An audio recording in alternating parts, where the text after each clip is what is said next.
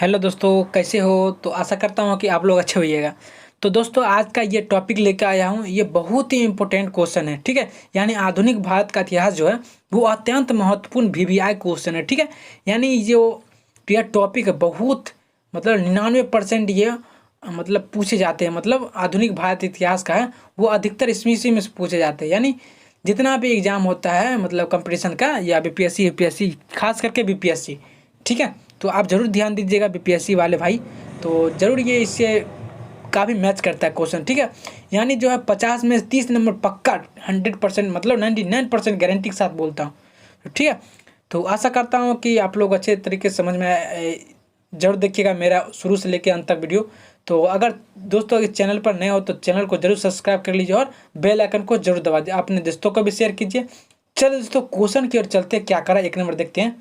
चलिए दोस्तों, क्या करा एक नंबर क्वेश्चन कि कह रहा है कि टीपू सुल्तान की मृत्यु किस आंग्ल मैसूर युद्ध के दौरान तथा कब हुई।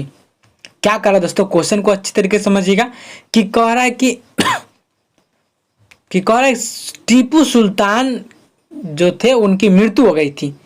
तो उनकी मृत्यु किस आंग्ल मैसूर युद्ध के जो दौरान हुए थे, तो कौन सा मैसूर युद्ध के दौरान हो गया था, तो और कब हुई थी।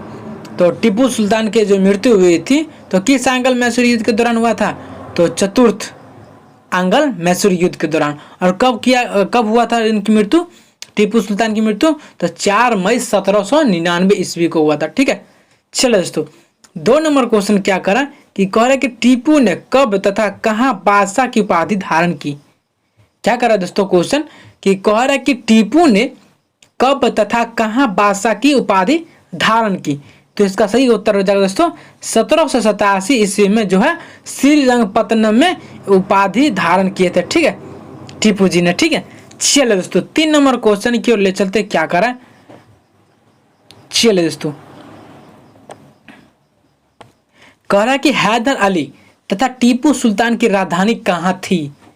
क्या करा दोस्तों कि हैदर अली तथा टीपू सुल्तान की राजधानी कहाँ थी। तो इसका सही उत्तर हो जाएगा दोस्तों श्रीरंगपत्तनम। क्या है दोस्तों, श्रीरंगपत्तनम, ठीक है। यानी हैदर अली और टीपू सुल्तान की राजधानी जो है श्रीरंगपत्तनम में है, ठीक है। कहाँ थी, तो श्रीरंगपत्तनम में, ठीक है। चलिए दोस्तों, कोई दिक्कत, चलिए दोस्तों कोई दिक्कत नहीं। चलिए दोस्तों, 4 नंबर क्वेश्चन क्या कर रहा है कि कह रहा है कि हैदर अली का जन्म कब तथा कहाँ हुआ था। हैदर अली का जो जन्म हुआ था दोस्तों, अच्छी तरीके से समझिएगा क्वेश्चन क्या कह रहा था कि कह रहा था कि हैदर अली का जब जन्म हुआ था, यानी हैदर अली का जो जन्म हुआ था वह कब तथा कहाँ हुआ था। तो इसका सही उत्तर है दोस्तों हैदर अली का जो जन्म हुआ था 1721 ईस्वी में हुआ था। और कहाँ हुआ था हैदर अली का जन्म, तो बूती कोट में। क्या दोस्तों, बूती कोट में, बुद्धि कोट में, ठीक है। चलिए दोस्तों, 5 नंबर क्वेश्चन क्या करा कि कह रहा है कि सिख राज्य स्थापित करने का सपना रखने वाला बंदा बहादुर का जन्म कब तथा कहाँ हुआ था। क्या कह रहा है दोस्तों क्वेश्चन कि कह रहा है कि सिख राज्य स्थापित करने का सपना रखने वाला बंदा बहादुर का जन्म कब तथा कहाँ हुआ था। तो इसका सही उत्तर है दोस्तों 1670 ईस्वी में। यानी सिख राज्य स्थापित करने का सपना रखने वाला बंदा बहादुर का जो जन्म हुआ था 1670 ईस्वी में। कहाँ हुआ था, तो रजौली में, यानी जम्मू कश्मीर में जो पूंछ है वहीं पे रंजौली नामक शहर गांव में, ठीक है, शहर में। चलिए दोस्तों, 6 नंबर क्वेश्चन की ओर चलते। क्या करा,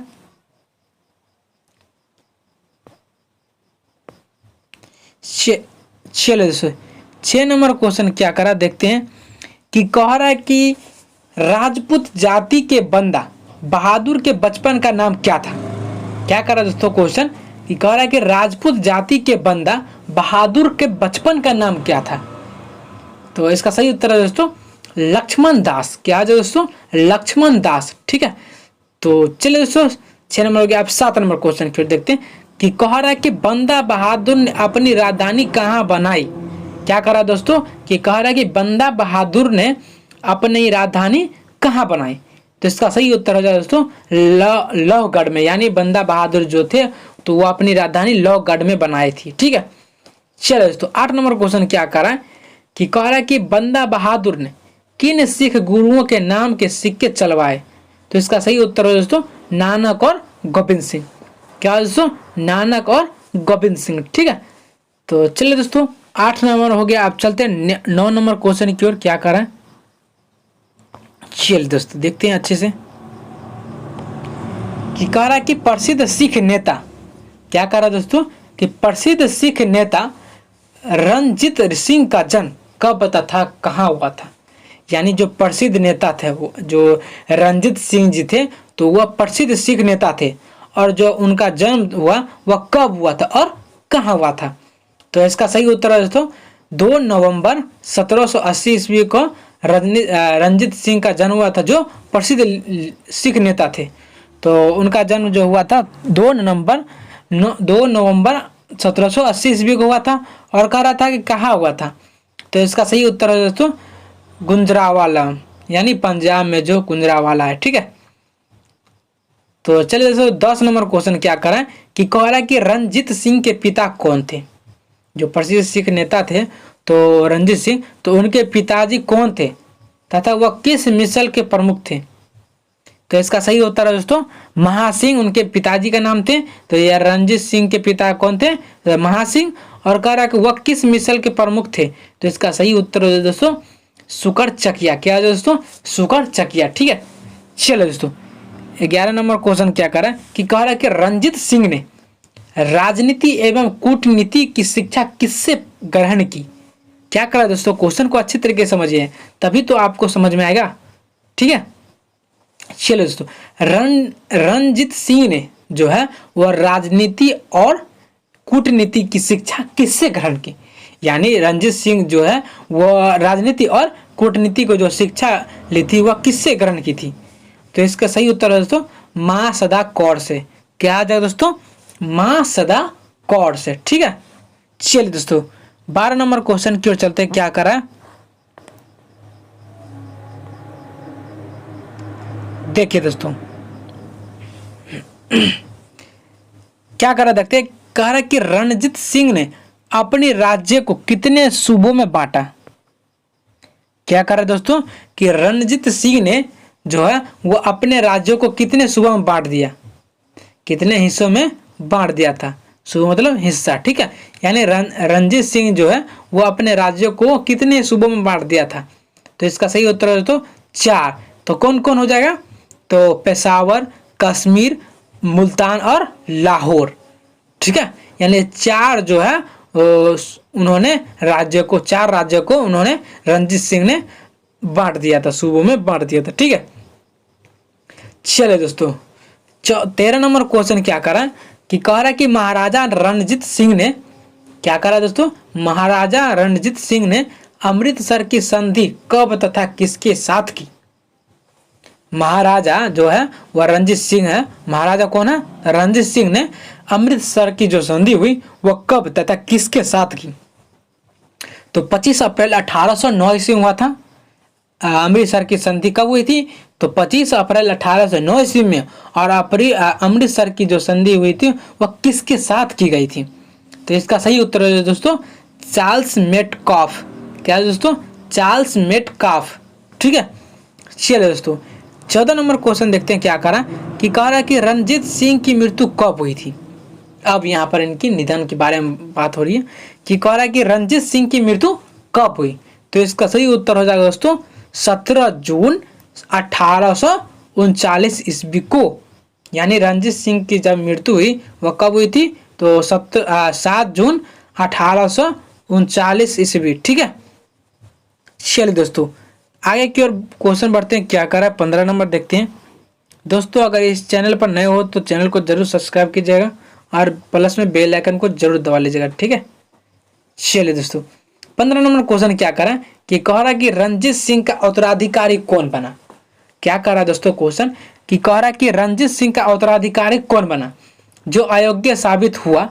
तो इसका सही उत्तर हो जाएगा दोस्तों खड़ग सिंह, यानी उनके पुत्र थे। ठीक है, यानी रणजीत सिंह का उत्तराधिकारी कौन बना जो अयोग्य साबित हुआ था? तो खड़ग सिंह, यानी उनका पुत्र था, रणजीत सिंह का पुत्र था। ठीक है, वही उत्तराधिकारी बना था, अयोग्य साबित हुआ। ठीक है, चलिए दोस्तों तो कोई पूछे खड़ग सिंह कौन था, तो रणजीत सिंह के पुत्र थे। ठीक है, ये भी क्वेश्चन बन गया। ठीक है, चलो दोस्तों 16 नंबर क्वेश्चन क्या कह रहा है कि कह रहा है कि प्रथम आंग्ल सिख युद्ध कब हुआ।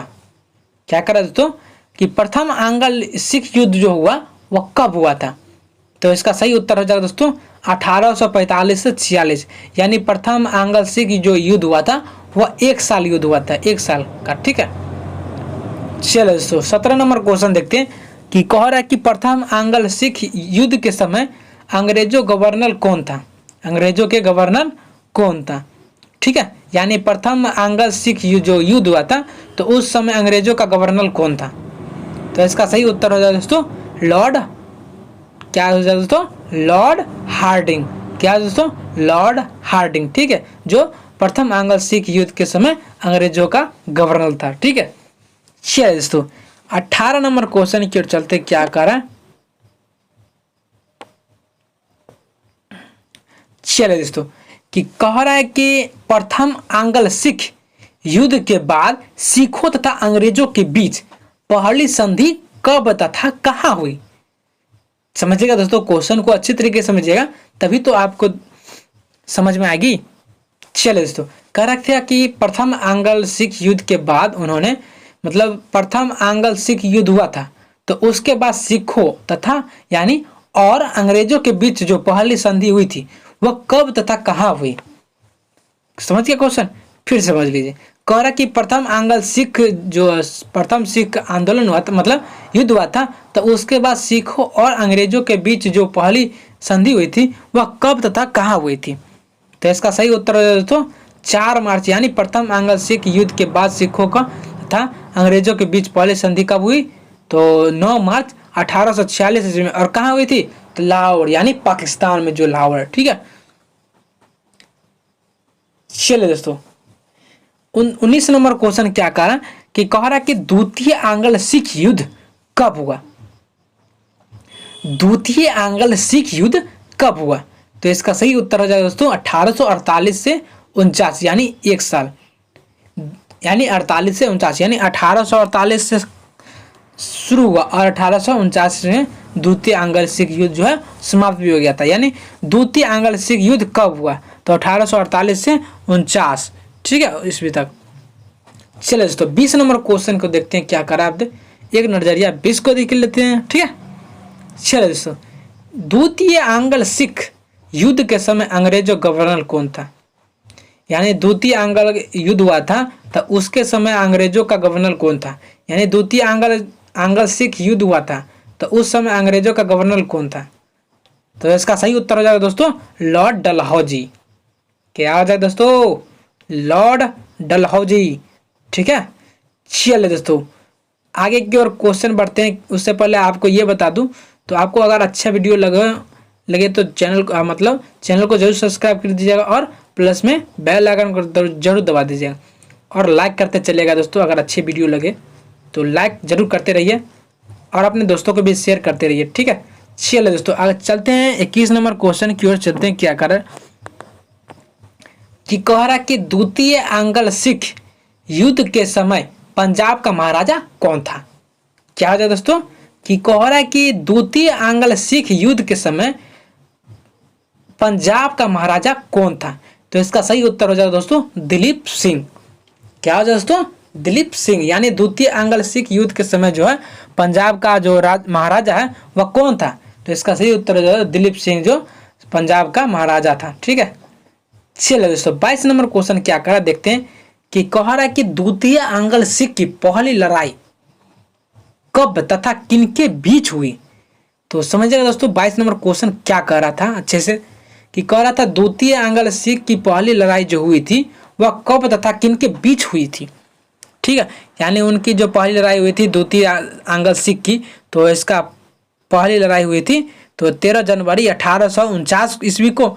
और कह रहा था तथा किनके बीच हुई, तो शेर सिंह और कमांडर गफ के बीच। ठीक है, किसके बीच, तो शेर सिंह और कमांडर गफ के बीच। ठीक है, चलो दोस्तों देरी न करके आगे की ओर क्वेश्चन चलते हैं 23 नंबर की ओर, कि कह रहा कि ईस्ट इंडिया कंपनी के अधीन बंगाल का पहला गवर्नर कौन था।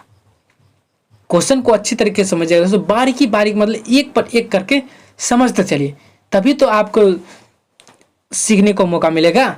ठीक है, और अपने अच्छे से तैयारी भी कीजिए और मन लगा के कीजिए। ठीक है, ऐसा कीजिए कि हम और उसमें जाते मात्र वो टॉप कर जाए, इतना कॉन्फिडेंस रखिए। ठीक है, चलिए दोस्तों, कि ईस्ट इंडिया कंपनी के अधीन बंगाल का पहला गवर्नर कौन था? क्या करा दोस्तों कि ईस्ट इंडिया कंपनी के अधीन जो है वह बंगाल का पहला गवर्नर कौन था? ठीक है, तो रॉबर्ट क्लाइव। क्या दोस्तों? रॉबर्ट क्लाइव जो है वह ईस्ट इंडिया कंपनी के अधीन बंगाल का जो है पहला गवर्नर था। ठीक है, चलिए दोस्तों 24 नंबर क्वेश्चन की ओर ले चलते। क्या करा कि कह रहा कि ईस्ट इंडिया कंपनी के अधीन बंगाल का अंतिम गवर्नर कौन था? क्या हो जाए दोस्तों? ईस्ट इंडिया कंपनी के अधीन जो है वह बंगाल का अंतिम गवर्नर कौन था? ईस्ट इंडिया कंपनी के अधीन बंगाल का अंतिम गवर्नर कौन था दोस्तों? तो इसका सही उत्तर हो जाए दोस्तों वारेन हेस्टिंग्स। क्या हो जाए दोस्तों?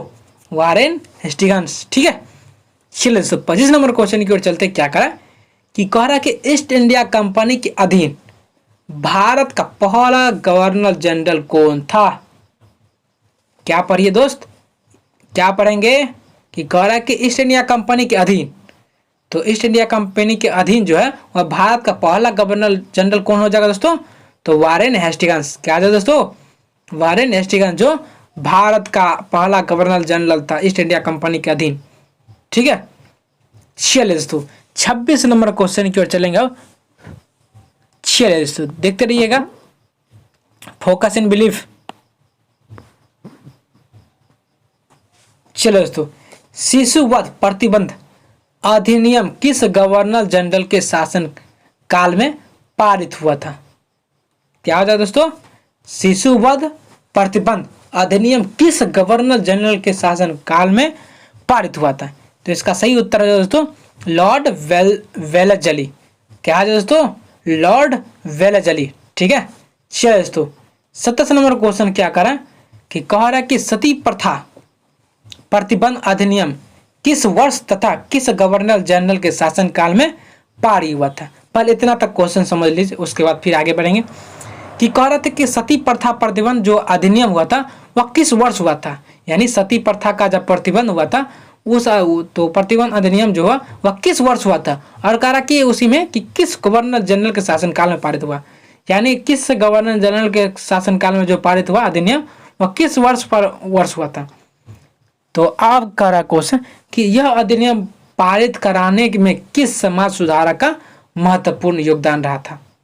ठीक है, अब क्वेश्चन पढ़िएगा और इसका आंसर साथ ही साथ चलते चलेंगे। ठीक है, चलो दोस्तों, यानी कह रहा है कि सती प्रथा प्रतिबंध अधिनियम किस वर्ष हुआ था, किस वर्ष शासनकाल में पारित हुआ था? तो इसका सही उत्तर है दोस्तों 1829 ईस्वी को, तो लॉर्ड विलियम बेंटिक। ठीक है, और कह रहा है कि यह अधिनियम पारित करने में किस समाज सुधारक का महत्वपूर्ण योगदान था? तो राजा राम मोहन राय का। ठीक है, चलिए इन्हीं का हाथ था जिन्होंने समाज सुधारक का महत्वपूर्ण योगदान दिया था। ठीक है, चलिए दोस्तों 30 नंबर क्वेश्चन की ओर बढ़ते हैं। क्या करा देखिए, देखते रहिएगा दोस्तों। Sorry 28 number question. चलिए दोस्तों, किस गवर्नर जनरल ने तथा कहाँ नागरिक सेवा में भर्ती किसे गए युवकों को प्रशिक्षित करने के लिए फोर्ट विलियम नामक कॉलेज की स्थापना की? सॉरी यहाँ पर गए नहीं, हाँ गए ही हुआ। तो कह रहा कि किस गवर्नर जनरल ने जो है वह किस गवर्नर जनरल ने तथा कहाँ नागरिक सेवा में भर्ती किसे गए नए युवकों को प्रशिक्षित करने के लिए फोर्ट विलियम नामक जो है वह कॉलेज की स्थापना की? इसका सही उत्तर है दोस्तों लॉर्ड वेलेस्ली। और कहाँ हुआ था? कौन सा कॉलेज का स्थापना कहाँ हुआ, यानी फोर्ट विलियम नामक कॉलेज का स्थापना कहाँ हुआ था? तो कोलकाता में। ठीक है, चलिए दोस्तों 29 नंबर क्वेश्चन क्या कर रहा है कि कह रहा है कि किस गवर्नर जनरल को नागरिक सेवा का जनक माना जाता है? यानी कौन सा गवर्नर जनरल को जो है वह नागरिक सेवा का जो है जनक माना जाता है। ठीक है, तो लॉर्ड कॉर्नवालिस, तो इसका सही उत्तर है दोस्तों लॉर्ड कॉर्नवालिस। ठीक है, चलिए दोस्तों 30 नंबर क्वेश्चन की ओर ले चलते, क्या कारण।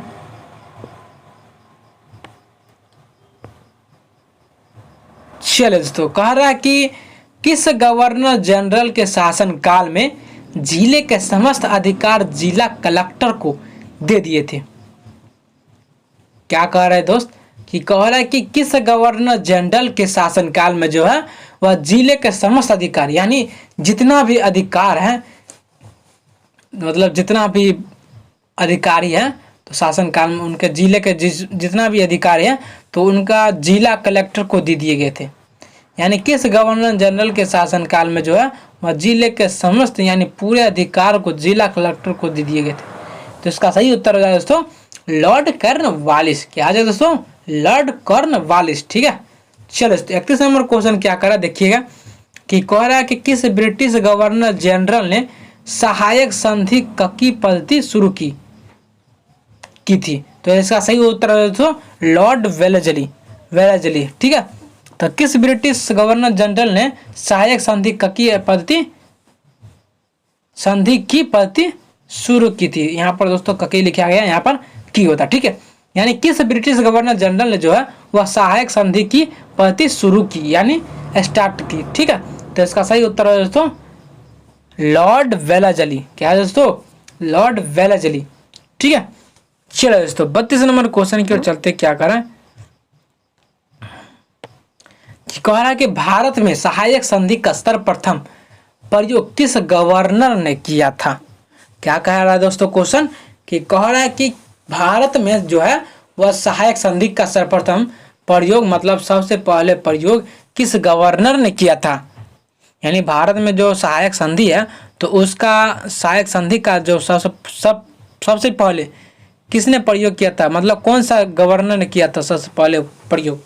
तो इसका सही उत्तर है दोस्तों डुप्ले, यानी जो फ्रांसीसी है। ठीक है, डुप्ले जो है वो कहाँ के है तो फ्रांसीसी के। ठीक है, चलिए दोस्तों 33 नंबर क्वेश्चन क्या करा देखते हैं कि कह रहा है कि किस गवर्नर जनरल ने मुगल सम्राट के मिलाने वाले 26 लाख रुपए की वार्षिक पेंशन बंद करवा दी गई थी। क्या करा दोस्तों क्वेश्चन कि कह रहा कि किस गवर्नर ने, मतलब कौन सा गवर्नर जनरल ने मुगल सम्राट को मिलाने में जो है 26 लाख रुपए की वार्षिक पेंशन बंद करवा दिया था। तो इसका सही उत्तर है दोस्तों वारेन हेस्टिंग्स। क्या है दोस्तों वारेन हेस्टिंग्स। ठीक है, चलो दोस्तों 34 नंबर क्वेश्चन की ओर अब बढ़ते हैं, क्या करें कि कह रहा कि किस गवर्नर जनरल ने अपने कार्यकाल में जो है वह हस्तक्षेप नीति अपनाई।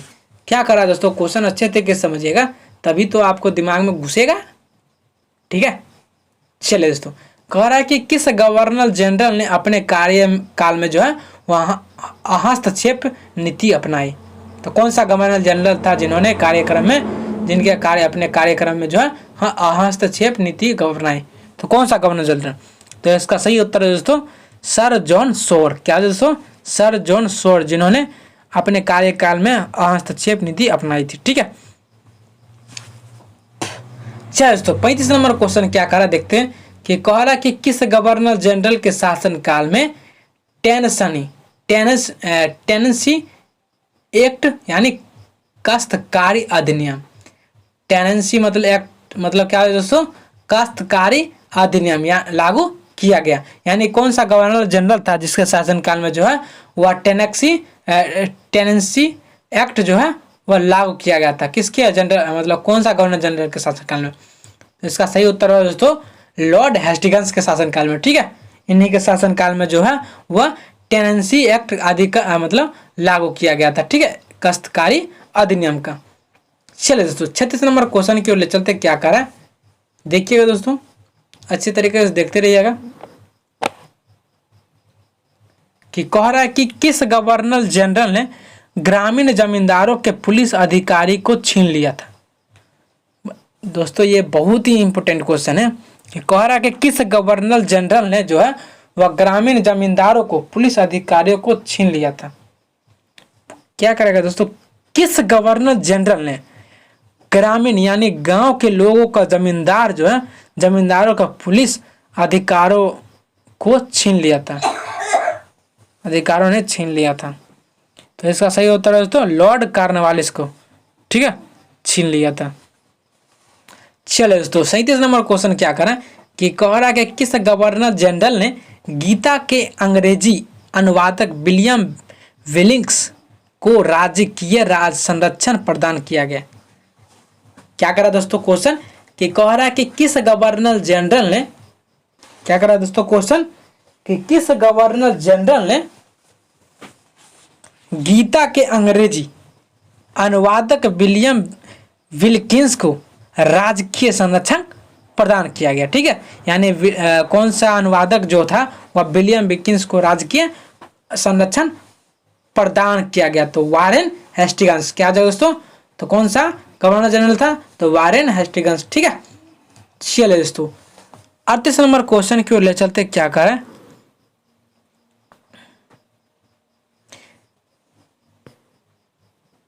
चलो दोस्तों, कह रहा है कि क्या कह रहा है दोस्तों, ईस्ट इंडिया कंपनी के अधिनियम अधीन अंतिम गवर्नर जनरल कौन था। यानी कह रहा है कि ईस्ट इंडिया कंपनी के अधीन अंतिम मतलब सबसे अंतिम गवर्नर जनरल कौन था। तो इसका सही उत्तर है दोस्तों लॉर्ड विलियम बेंटिक। क्या दोस्तों, लॉर्ड विलियम बेंटिक, यानी ईस्ट इंडिया कंपनी के अधीन जो है वो अंतिम governor general Lord William Bentinck था। ठीक है, चलिए दोस्तों 39 नंबर क्वेश्चन क्या कह रहा है कि कह रहा है कि किस गवर्नर जनरल ने कलकत्ता में मुस्लिम शिक्षा के विकास के लिए प्रथम मदरसा की स्थापना की। क्या कह रहा है दोस्तों क्वेश्चन कि किस गवर्नर जनरल ने कलकत्ता में मुस्लिम शिक्षा के विकास के लिए प्रथम मदरसा की स्थापना की थी। तो इसका सही उत्तर है दोस्तों वारेन हेस्टिंग्स। ठीक है, चलो दोस्तों 40 नंबर क्वेश्चन क्या कह रहा है कि कह रहा है कि कौन गवर्नर जनरल स्वयं को बंगाल का शेर कहता है। मतलब कौन सा गवर्नर जनरल जो है वह अपने आप को बंगाल का शेर कहता है। तो इसका सही उत्तर है दोस्तों लॉर्ड वेलजली, यानी इन्होंने ही अपने को बंगाल का शेर बोलता है, बंगाल का शेर बोलता है, शेर कहता है। ठीक है, चलो दोस्तों 41 नंबर क्वेश्चन की ओर चलते, क्या करें देखते हैं 41 नंबर क्या करें कि कह रहा है कि किस गवर्नर जनरल के समय में प्रथम आंग्ल वर्मा, क्या कह रहा है दोस्तों, प्रथम आंग्ल वर्मा युद्ध जो है वो 1824 से 26 ईस्वी तक हुआ था। मतलब किस गवर्नर जनरल के समय में जो है वो प्रथम आंग्ल वर्मा युद्ध हुआ था। तो किस गवर्नर जनरल के समय में, तो इसका सही उत्तर है दोस्तों लॉर्ड एम हर्स्ट। क्या है दोस्तों, लॉर्ड एम हर्स्ट। ठीक है, चलिए दोस्तों 42 नंबर क्वेश्चन देखते हैं क्या करा कि कह रहा है कि किस गवर्नर जनरल के कार्यकाल में जोनाथन डंकन ने बनारस में संस्कृत विद्यालय की स्थापना की थी। क्या कह रहा है दोस्तों क्वेश्चन अच्छे तरीके से समझिएगा कि कह रहा है कि कौन सा गवर्नर जनरल था जिनके कार्यकाल में जो है जोनाथन डंकन में, यानी डंकन ने बनारस में संस्कृत जो विद्यालय है उनकी स्थापना की थी। यानी कौन सा गवर्नर जनरल था। तो इसका सही उत्तर है दोस्तों वारेन हेस्टिंग्स। क्या है दोस्तों, वारेन हेस्टिंग्स। ठीक है, चलिए दोस्तों 43 नंबर क्वेश्चन की बढ़ते हैं, क्या करें कि कह रहा है कि बोर्ड ऑफ रेवेन्यू की स्थापना किस गवर्नर जनरल के कार्यकाल में हुई। अब समझिए दोस्तों क्वेश्चन कैसे बना क्वेश्चन कि कह रहा कि मतलब जो बोर्ड ऑफ रेवेन्यू था तो उनकी स्थापना किस गवर्नर जनरल के कार्यकाल में था। तो किस गवर्नर जनरल के काल में हुआ था। तो इसका सही उत्तर है दोस्तों वारेन हेस्टिंग्स के कार्यकाल में। ठीक है, यानी बोर्ड ऑफ रेवेन्यू की जो स्थापना हुई थी वो वारेन हेस्टिंग्स गवर्नर जनरल के कार्यकाल में हुई। ठीक है, चलो दोस्तों 44 नंबर क्वेश्चन देखते हैं, क्या करें कि कह रहा है कि किस गवर्नर जनरल के कार्यकाल में एशियाटिक सोसाइटी ऑफ बंगाल की स्थापना हुई थी। ठीक है, यानी किस गवर्नर जनरल के जो है वह कार्यकाल में एशियाटिक सोसाइटी के ऑफ बंगाल की जो है वह स्थापना हुई थी। तो इसका सही उत्तर है दोस्तों वारेन हेस्टिंग्स। इन्होंने ही इनके ही कार्यक्रम में एशियाटिक सोसाइटी ऑफ बंगाल की स्थापना हुई थी। किसके किसके कार्यकाल में? तो वारेन हेस्टिंग्स के। ठीक है, चलिए दोस्तों अब चलते हैं 45 नंबर क्वेश्चन की ओर। ठीक है, चलिए दोस्तों ध्यान देते रहिएगा, एक भी क्वेश्चन मिस ना हो। ठीक है, तो शुरू से अंत तक जरूर बने रहिए मेरे यूट्यूब चैनल पे। तो चलिए दोस्तों, सिख राजा राजनीति 45 नंबर क्वेश्चन क्या करें कि कह रहा है कि सिख राजा रंजीत सिंह तथा अंग्रेजों के बीच अमृतसर की संधि किस गवर्नर जनरल के कार्यकाल में हुई थी? तो मतलब कह रहा है कि किस राजा रंजीत सिंह जो थे वह तथा अंग्रेजों के बीच अमृतसर की संधि किस गवर्नर जनरल का कार्यकाल में हुई थी? तो इसका सही उत्तर है दोस्तों लॉर्ड मिंटो प्रथम। क्या दोस्तों? लॉर्ड मिंटो प्रथम। इनके ही शासनकाल में जो है मतलब इनके ही अमृतसर की संधि किस गवर्नर जनरल के कार्यकाल में हुआ? तो लॉर्ड मिंटो प्रथम के शासनकाल में। ठीक है, कार्यकाल में।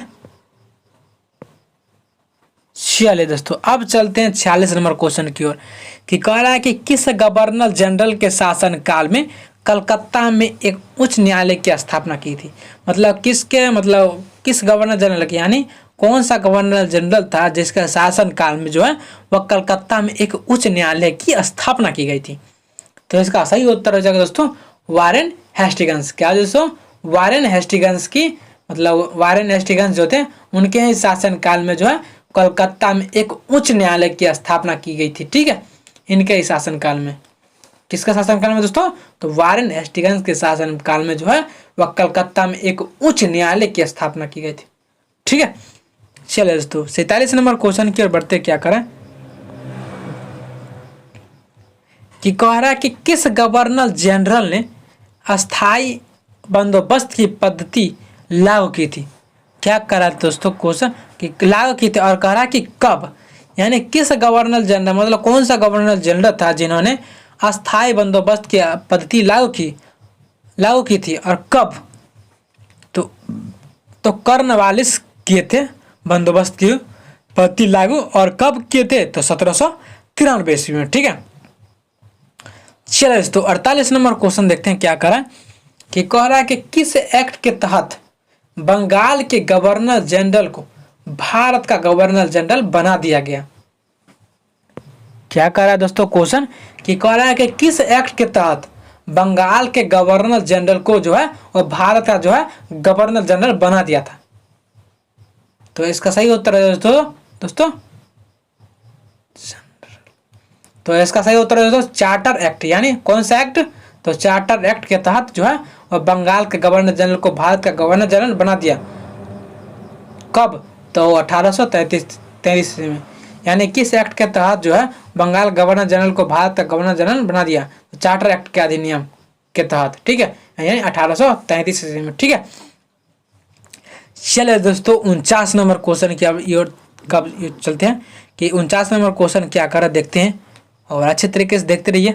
और कह रहा है कि 1833 ईस्वी के जो चार्टर एक्ट के तहत भारत का पहला गवर्नर जनरल कौन हुआ? क्या कह रहा है दोस्तों कि कह रहा है कि 1833 ईस्वी के चार्टर एक्ट के तहत भारत का पहला गवर्नर जनरल कौन हुआ? तो इसका सही उत्तर है दोस्तों लॉर्ड विलियम बेंटिंक। क्या दोस्तों? Lord William Bentinck. ठीक है, यानी 1833 ईस्वी का जो चार्टर एक्ट हुआ था तो उनके तहत भारत का जो पहला गवर्नर जनरल था वह कौन हुआ? तो इसका सही उत्तर है दोस्तों लॉर्ड विलियम बेंटिंक। क्या दोस्तों? Lord William Bentinck. ठीक है, चलिए दोस्तों 50 नंबर क्वेश्चन की ओर चलते क्या करें कि कह रहा है कि किस गवर्नर जनरल के शासनकाल में कलकत्ता तथा आगरा के बीच भारत में पहली बार विद्युत संचालित तार सेवा प्रारंभ की गई थी? तो इसका सही उत्तर है दोस्तों लॉर्ड डलहौजी। क्या है दोस्तों? लॉर्ड डलहौजी। यानी क्वेश्चन है 50 नंबर, फिर समझिएगा अच्छे से, इस वीडियो का लास्ट क्वेश्चन है कि कह रहा है कि किस गवर्नर जनरल यानी कौन सा गवर्नर जनरल के जो शासनकाल में कलकत्ता तथा आगरा के बीच, किसके बीच? कलकत्ता तथा आगरा के बीच भारत में जो है पहली बार विद्युत संचालित तार सेवा प्रारंभ की गई, यानी शुरुआत की गई। तो किनके गवर्नर मतलब कौन सा गवर्नर जनरल के शासनकाल में? तो इसका सही उत्तर हो जाएगा दोस्तों लॉर्ड डलहौजी। क्या दोस्तों? लॉर्ड डलहौजी। ठीक है, चलिए दोस्तों आज का क्वेश्चन मतलब आज का ये वीडियो यहीं पर समाप्त होता है। फिर मिलते हैं कल के नेक्स्ट वीडियो में। अगर दोस्तों इस चैनल को अगर अभी तक सब्सक्राइब नहीं किए तो दोस्तों जल्दी से सब्सक्राइब कर लीजिए और प्लस में बेल आइकन को जरूर दबा लीजिए और अपने दोस्तों को भी शेयर कीजिए ताकि वो भी है ना वीडियो आप मेरा वीडियो को आप पढ़ सके, वो भी लाभ कमा सके, ठीक है, वो नॉलेज ले सके, ठीक है। तो चलिए दोस्तों, अगर आप इस चैनल पर नए हो, पहली बार आए हो, तो चैनल को जरूर सब्सक्राइब कर लीजिएगा और बेल आइकन को जरूर दबा लीजिएगा। चलिए दोस्तों, आज का क्वेश्चन यहीं पर समाप्त करते हैं। आज का वीडियो बहुत ही लंबा चल गया था, तो दोस्तों आज का वीडियो यहाँ पर समाप्त करते हैं। फिर मिलते हैं कल के नेक्स्ट वीडियो में इन्हीं वीडियो के साथ, इन्हीं अगले क्वेश्चन के पैटर्न के अनुसार। चलिए दोस्तों, जय हिंद, जय भारत।